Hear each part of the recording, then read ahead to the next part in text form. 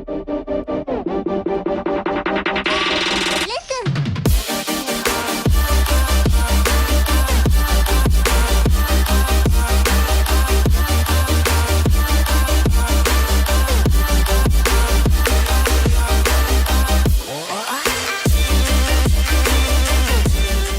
good afternoon and welcome back to the Installer Show 2025 here live in Birmingham. You're at the BIKBBI TV's channel, and today we've been talking to a number of guests about some really hot topics for our industry and beyond. Today, and I'm pleased to be able to welcome a very good and, is it okay to say an old friend? Yes, absolutely. I think that's perfectly okay. Kevin Wellman from CIPHE. Kev, do you want to just explain a bit who you are and the organisation you represent? Yes, so I'm the CEO and the Chartered Institute of Plumbing and Heating Engineering. Has been around since 1906, and our prime role is as an educational charity promoting plumbing and heating in the public interest. Absolutely superb. And we're not a million miles away from each other, you're just down the road from us. Absolutely, and we'll be even closer soon, I would hope, because we are looking for alternative premises. So watch this space. Oh, very good. Well, I like the sound of that. Perfect. Excellent. Well, Kevin, thanks for joining us today, mate. Appreciate it. We're two organisations very similar in that we want to change the world for the better, certainly within our industry. And you guys have been around for a long time, as you've said. And I have to say, Kevin, when we first started as an organisation almost 20 years ago, CIPHE was one of the organisations we looked to help us to figure out what good looked like. So well done on that. That's good. Really, really good.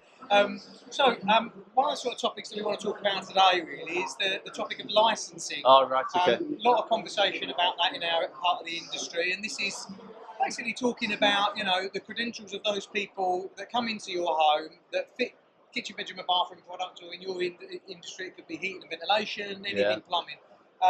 But the credentials of those people and whether or not they should be licensed by government as perhaps they are seen in other sectors. So, I mean, what's your thoughts on it first of all? Well, quite often over the years, government has tried to encourage industry to regulate itself. Yes. But I would say, given the stats, which I'll come back to in a moment, I think we're going too far now, because or in the wrong direction. Yeah. What's happening is that we're getting many thousands of bed days taken up through people who have been scalded through hot water. Yeah. And so that could be baths and showers and things. We've got over 30,000 bed days taken up again for people who get burned from pipes and radiators. So there's 60,000 people, or 62,000 bed days taken up for these sort of things. We have the escape of water insurance claims, £2 million a day because of bad workmanship. Wow. And then we have the skills shortage that people talk about, but because of these issues and also the lack of apprenticeship training, I believe that that's now a skills crisis, because we are getting to a sort of emergency situation where there's not enough qualified installers who are competent and confident to actually carry out the work. So I think that what we should be doing is looking to countries overseas. We know that in Germany they have a Meister Craftsman situation where that's regulated training. In Australia they have regulated training and licensing, because these countries recognise that plumbing and heating, if it goes wrong, can be disastrous. And I've not even talked about Legionnaire's disease and things like that. Yeah, and all that other stuff. And so from your perspective then, are you a fan as an organisation of licensing? Do you think that we should be following suit as, say, the Australians and the Germans? Because they're often cited when we talk about licensing that we're years behind the continent and years behind what they're doing in Australia. Do you have that same view? Do you think we should be going that direction? I think it's a fair point, and certainly from my point of view, I think we need a level playing field. Because at the moment, various people talk about competent person schemes where one person in a large company could be qualified. But you need that person stepping over that threshold, as you alluded to a moment ago, to be confident and competent in the work they're doing.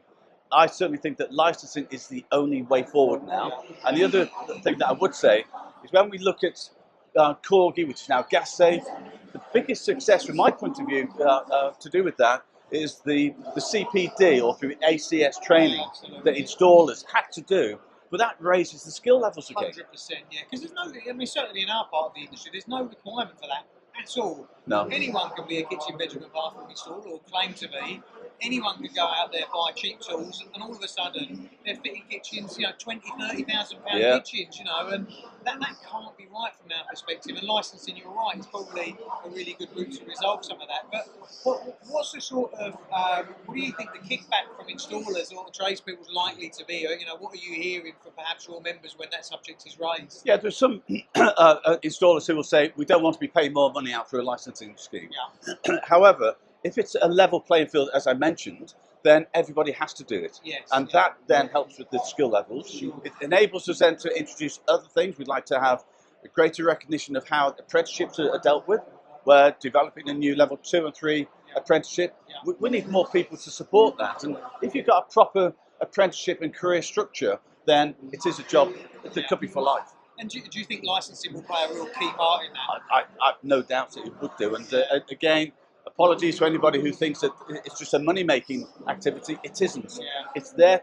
It's absolutely designed to help the public to get the job done right first time. Also, and that benefits everyone, doesn't it? It benefits the tradespeople. And also manufacturers. So whilst I'm not here to support manufacturers, what I would say is that I'm aware that manufacturers spend thousands or many thousands of pounds with technology, with R&D, with training, and then the UK government as such allows anybody to install it, apart from gas safe. But it is wrong, isn't it? I often find that we talk about gas, we talk about safety, of course, incredibly important subjects. Of course, they are unarguably important subjects, but also somebody spending 20 or 30,000 pounds on renovating their home for it to be botched by a cowboy. That's so destroying for families and local economies. And I think that's often overlooked. Do you not think? No, well, there's that, but there's also the vulnerable people. Because again, if you have a slow progressive leak and that creates damp environment, then that doesn't help you. You have the build of mold and so on. So anybody with health difficulties, it can just further impact on that in a really negative way. So what do we need to do then as associations, Kevin? What do we need to do to drive this positive change? Because government, let's be honest with you, unless somebody's, unless it's on the agenda, they're not even going to discuss it. And let's be perfectly honest, they've got enough on their plate at the moment. What do we need to be doing to stimulate some movement there? I think it's a good point. And firstly, we need to unite and speak with one voice, because those of us who are interested in making standards even better, then we can do that. But in addition to having a licensing, we can then look at apprenticeship schemes and say, why can't we change the way the apprenticeship levy is done? Let's go to manufacturers and say, if you can put a percentage of your turnover into a scheme which will benefit the plumbing and heating sector, then that will then filter the funds to the right people, because again, 70 to 80% of the industry comprises small and micro enterprises, so they are not getting access to the apprenticeship levy, or haven't done, and we need to be looking after them. Do you know what? Everybody that I talk to says exactly the same thing. It's almost like this we know the answer to it. The question is, why has this not been addressed today? Why are the government not sitting up and listening to some of those anecdotal, corridor conversations? Because everybody's having them. I think the key thing is we need a government department to take responsibility, and I do talk to government departments. I know you do as well. There's a civil servant who are doing their utmost to try to make the world a better place, or from that point of view. But we need somebody to take the bull by the horns and say, as far as the plumbing sector is concerned, this is what we'll do. Where you can bring in education. With the apprenticeship that I've mentioned that we're developing, I actually had support from 4 government departments, and that I think was unheard of. So again, we need to embrace that and then say, you've helped out with that, which is dealing with standards and better standards. Now let's do something else to regulate the industry. Yeah, no, I totally agree. So, from what I'm reading from that conversation, you are in favour of that. But I think we both sing from the same hymn sheet. Is that we have a real role in developing that, don't we? What we can't do is that we can't assume that somebody else is going to do it for us, because the reality is probably not right. I think again that's another good point, because for a number of years I was saying I am concerned about the current apprenticeship scheme, and I'm not wanting to sound critical of people who have developed it, but it just wasn't working certain parts of it. And then a few months later I'd say it's getting worse, the situation. Then in the end, because I was saying somebody's got to do something about it, but in the end I thought, right, it's got to be me. And so that's exactly what happened in those discussions. But it often falls on us to do that, as the poor relations to the industry we serve, right? It's quite funny because we operate in this environment here. I mean, I dread to think the amount of money that's just been spent on these 3 days within these, 3 halls. It's incredible. but getting some of these businesses to support some of these real key topics Yeah. becomes really tough, doesn't it? And that's Well, something it does. we find a challenge, you know. But again, I think if you look at the audience, all the delegates here and visitors, there's a great thirst for knowledge. Oh, yeah. And people are crying out for information, for more knowledge, but also they're really enthusiastic. So there's a really good positive buzz about the whole environment. And Yeah. that's what we should capture and really encourage a lot more of. Very good. So one last question then. So what's in store for your organisation over the next 12 to 18 months? What are you guys working on hard at the moment? Right, so apart from the apprenticeship that I have mentioned, then Just a small yes, project. just a little part of our activities. Yeah. Then next year, linked to the Installer Show, we'll be hosting the World Plumbing Conference. This is exciting. So this will be the largest plumbing and heating conference and exhibition the UK's ever had. Because again, linking it to the World Plumbing Council, then we will get lots of interest from overseas. And so I would say watch this space, because we've got some fantastic speakers lined up to help out with that. Yeah, very, very good. And who gets involved in that conference then? Is it open to anybody? Is it who gets to go to the conference? Yeah, so it's anybody across the world who has an interest in plumbing and heating.